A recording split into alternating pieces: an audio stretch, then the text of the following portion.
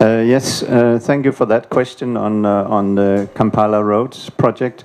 Now, why does it make sense to invest money in fixing the roads in Kampala? There are a number of reasons for that, and you may be aware of some of the reasons, and others perhaps might surprise you. But 65% about of Uganda's GDP is generated in Kampala. 65%. The road network of Kampala is around 2,100 kilometers. Now that is only about 1.5% of Uganda's road network. Yet that 1.5% of Uganda's road network carry over 60% of the vehicles in Uganda. So you see the huge disparity.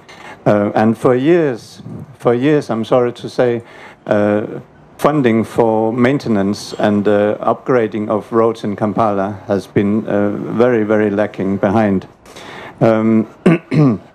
So the poor roads in Kampala, only 20% of the roads in Kampala are in reasonable condition. That means that the cost of doing business in Kampala is disproportionately much higher than it ought to be for a capital city in Africa. So the delays, just the delays of sitting in endless traffic jams, and as the person putting the question alluded to, we have done the feasibility report now, and it is being reviewed by Minister of Finance. So every day it is estimated that 3 million man-hours, productive man-hours, are wasted in traffic in Kampala. Now, if you run a business out of some of the suburbs around Kampala, you will find it more and more difficult to run any kind of errands into and out of the city. Just a trip from Mukono to Kampala can take easily 2 hours. So if you have a delivery to make, you can only make one delivery a day. So it has been estimated, both by the World Bank and other studies, and also KCCA themselves, that about 7% of Uganda's GDP is lost, which is equivalent to about $3 or $4 billion a year, is lost due to the poor roads in Kampala. So fixing roads in Kampala has a multiplier impact on the GDP of Uganda. So that's why this project ticks all the right boxes, and this project, I'm hoping that we can make this project happen in the near future. I don't know if I answered that question. Yes, I'm Andrew once again. Whereas I'm the regional director for Lagan, a British firm, I'm also a Ugandan who is in charge of the region. That is East Africa at large and Africa in terms of the markets. But as a Ugandan,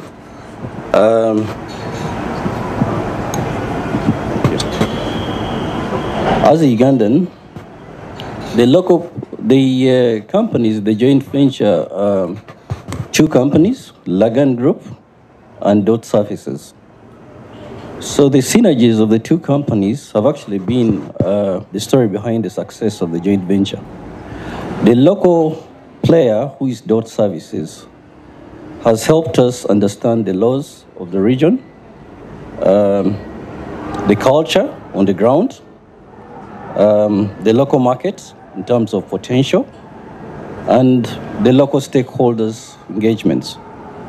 On the international scene, Lagan has highly participated, and on that part I will let Jerry compliment on that.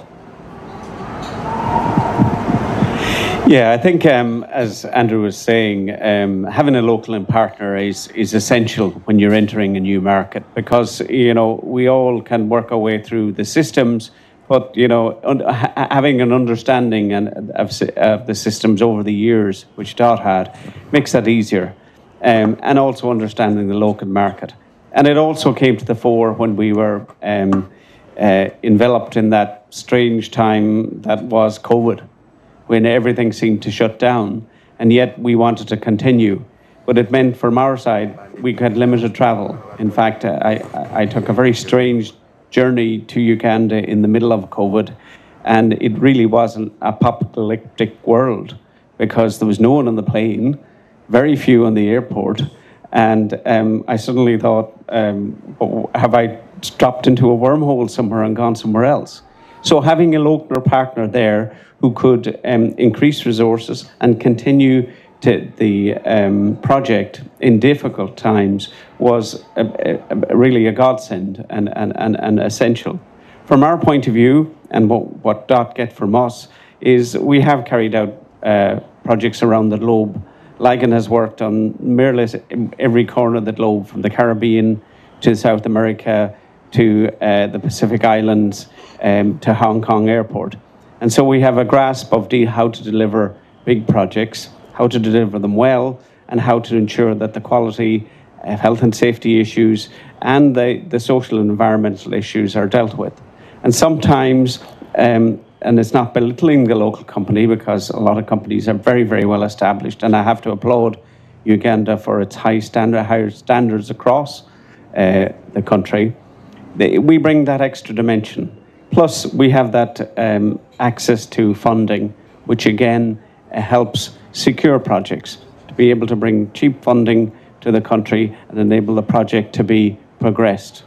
So it's a nice marriage, a nice mix. Like every marriage, there's a few arguments now and again, but you get over them and we continue on. And we will continue till the success of the project and in future projects as well. But before I leave this, and before we lose time to say it, I want to just say a couple of thanks to a number of people. Evelyn Anite, the Minister for Finance, has been very, very supportive and very, very helpful in helping us to get through all these difficult challenges in the early days. UIA, with Robert, has been instrumental in helping us as well as all his team and his team on the ground who we interact every day.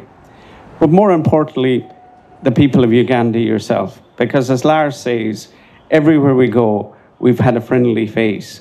We have people that are willing to help us resolve the problems when we raise them. They may not be instant resolutions, but they're willing to go away, think, engage with us, and resolve the problems. And I think that's very, very important from an investor point of view, to know that he has the confidence that he's been listened to, and when he asks for something to be done, he or she, that it is looked at seriously and acted upon. So I congratulate the people of Uganda as well for making an open and welcoming environment. Just a little bit of highlight on some of the challenges in terms of doing business and what Uganda is doing to improve the business environment and make it easier and easier to invest and trade with Uganda. One of the major things that I know the government of Uganda will support also from the British government is to reduce the cost of doing business. And this is reducing the cost of energy, reducing the time spent in doing business, and that is the cost of transportation, and also the cost of raw materials, and making it easy for investors to come and invest with the Uganda Investment Authority, Uganda Revenue Authority, who are here, Uganda Registration Services Bureau, and all these are agencies that are currently being put under one roof to be able to ensure that when an investor walks into one door, he can be able to get registration, licensing, taxation registration, and all the necessary investment licenses that one would require. Improvement of efficiency, yes, I mentioned that, and also corruption, which has been a challenge. But I know we have a representative from the IGG's office. We also have some legislators here who are ensuring that the right laws are put in place and the right enforcement. We at the British High Commission, Department for Business and Trade, we are happy and pleased to continue to engage. I've had engagement with a number of British potential investors who have met here. I've met others also in Kampala. There is a lot of interest in investing and trading with Uganda.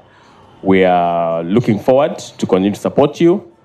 It takes time, like Lars said, However, this is also to ensure that the right projects, the right financing, the right products, the right quality are all put in place to ensure that we get the best out of the business relationship between the United Kingdom and the government of Uganda and also private sector. Thank you very much. Okay, can I just say one more thing? This is the man here now. British High Commission have been very instrumental for both Lars and ourselves